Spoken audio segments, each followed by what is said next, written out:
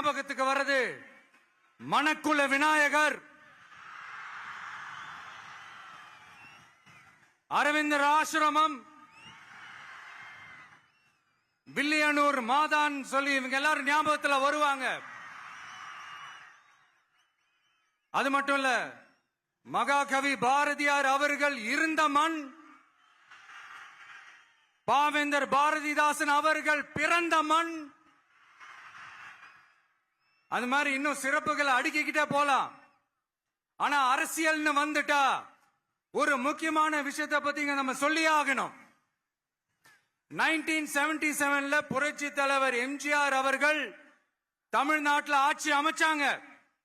ஆனா அதுக்கு முன்னாடியே 1974லயே இங்க புதுச்சேரியில அவங்களோட ஆட்சி அமைஞ்சது.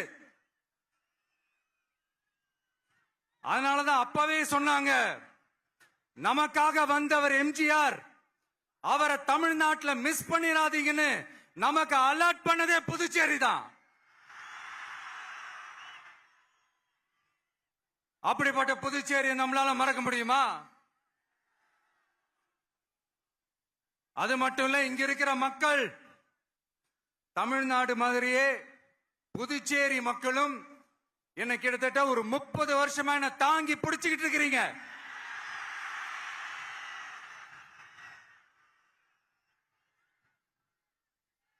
அதனால இந்த விஜய் தமிழ்நாட்டுக்கு மட்டும்தான் குரல் கொடுப்பான்னு நினைக்காதீங்க.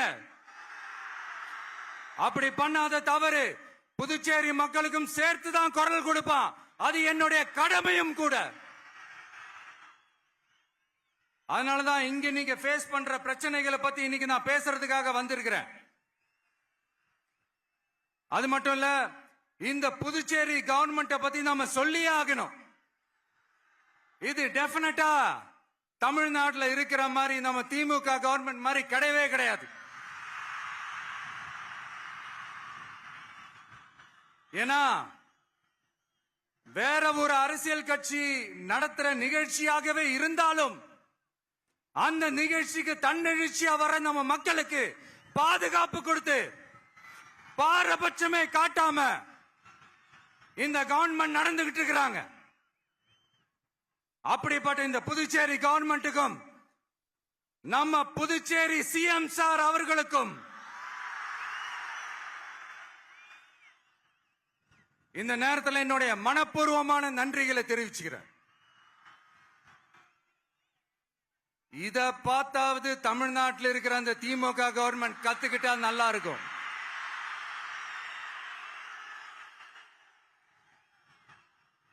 ஆனா அவங்க கத்துக்க மாட்டாங்க. பரவாயில்ல, வரப்போற எலெக்ஷன்ல 100% கத்துக்குவாங்க. அத நம்ம மக்கள் பார்த்துக்குவாங்க.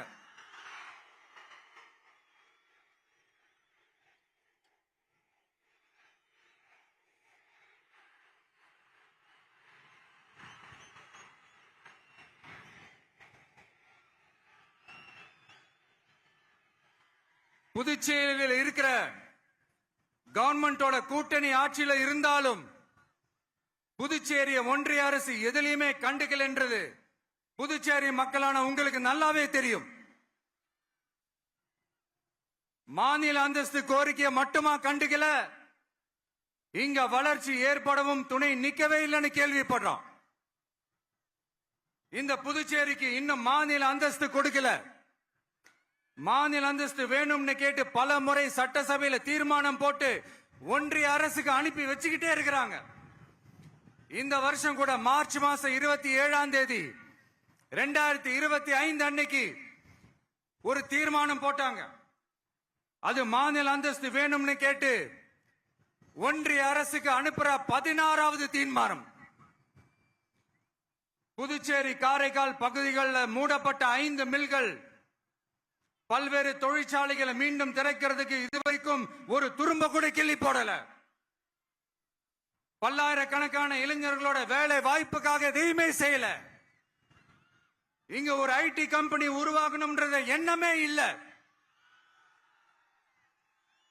அத பத்தி யார் பேசினாலும் அது அவங்க காதல விழவே விழல. இங்க ஒரு அமைச்சரை ஊழல் குற்றச்சாட்டுல பதவி விட்டு நீக்கப்பட்டு அந்த இடத்துக்கு இன்னொருத்தரை நியமிச்சு 200 நாள் ஆச்சு. இன்னும் அவருக்கு ஒரு இலாக்காவே தரல. இந்த செயல் சிறுபான்மை மக்களை அவமானப்படுத்துறதுன்னு அந்த மக்களே சொல்றாங்க. புதுச்சேரியோட முக்கிய அங்கமாக இருக்கிற காரைக்கால், மாகே, ஏனாம் பகுதிகளில் எல்லாம் முன்னேற்றமே இல்லைன்னு அந்த பகுதி மக்கள் சொல்லிக்கிட்டே இருக்கிறாங்க. குறிப்பா காவிரியோட கடைமடை பகுதியான காரைக்காலை மொத்தமா கைவிட்ட மாதிரி தான் இருக்குது. இது எல்லாமே முன்னேற்றம் அடையணும். டூரிஸ்ட் பிளேஸ் ஆன புதுச்சேரியில போதுமான அளவு பார்க்கிங் வசதி இல்ல,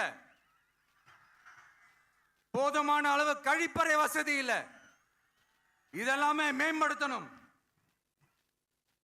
புதுச்சேரி கடலூர் மார்க்கமான ரயில் திட்டம் வேணும்ங்கிறது நீண்ட கால கோரிக்கை. புதுச்சேரி மக்களுக்கு ஒன்னே ஒண்ணுதான் சொல்லணும், இந்த திமுகவை நம்பாதீங்க. அவங்களுக்கு உங்களை நம்ப வச்சு ஏமாத்துறது தான் அவங்க வேலையே. நான் சொன்ன பல கோரிக்கைகளை எல்லாம் தீர்த்து வைக்கிறதுக்கு நம்ம புதுச்சேரி கவர்மெண்ட்டுக்கும் அதோட மக்கள் திட்டங்களுக்கும் ரொம்ப அக்கறையா உண்மையா துணை நிற்கிறோம். தமிழ்நாட்டை ஒதுக்குற மாதிரி புதுச்சேரியும் ஒதுக்க கூடாதுன்னு நாங்க கேட்டுக்கிறோம். கிட்டத்தட்ட 20 லட்சம் பேர் வாழ்ற யூனியன் பிரதேசமான புதுச்சேரி மத்திய நிதி குழுவில் இடம்பெறவில்லை. அதனால் மாநிலங்களுக்கான நிதி பகிர்தல் அடிப்படையிலும் யூனியன் பிரதேசங்களுக்கான நிதி பகிர்தல் அடிப்படையிலும் புதுச்சேரிக்கு நிதி ஒதுக்கப்படுவதில்லை. அதனால ஒவ்வொரு ஆண்டும் புதுச்சேரிக்கு தோராயமாகவே மத்திய அரசு நிதியை விடுவிக்கிறது. அந்த நிதியும் அரசு ஊழியர்களின் சம்பளம், ஓய்வூதிய தொகை உள்ளிட்ட திட்ட செலவுகளுக்கே சென்று விடுவதால் மீத தேவைக்கு வெளிச்சந்தையிலும் கடன் பத்திரங்களை கடன் வாங்குகிறது புதுச்சேரி. இந்த நிலைமை மாறணும்னா ஒரே வழி, மாநில அந்தஸ்து நம்ம புதுச்சேரி மக்களோட பல்லாண்டு கால கோரிக்கை. புதுச்சேரிக்கு போதுமான நிதி வரத்து இல்லாததுனால வெளியே கடன் வாங்க வேண்டியதா இருக்கு.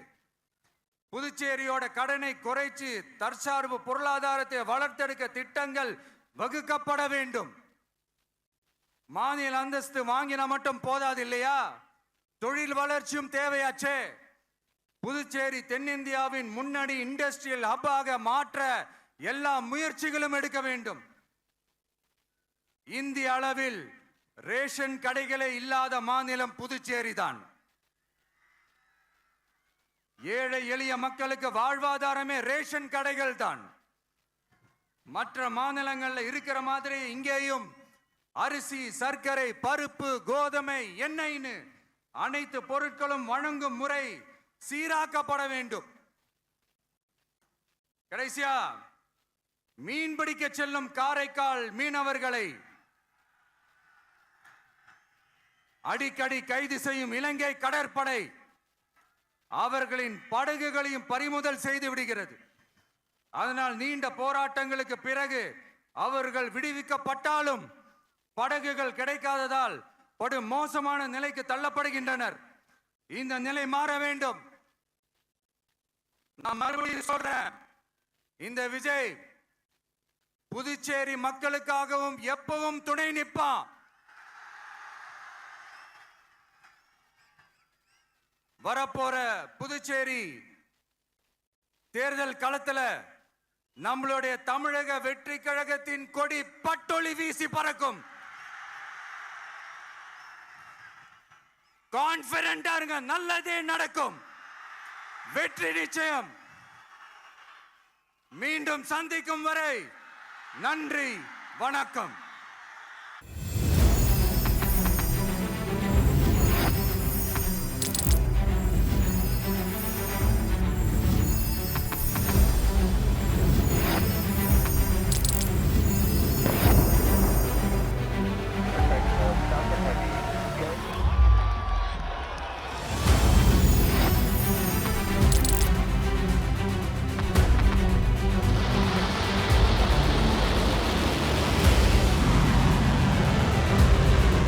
Been fighting so long and so hard that they don't know what the they're doing.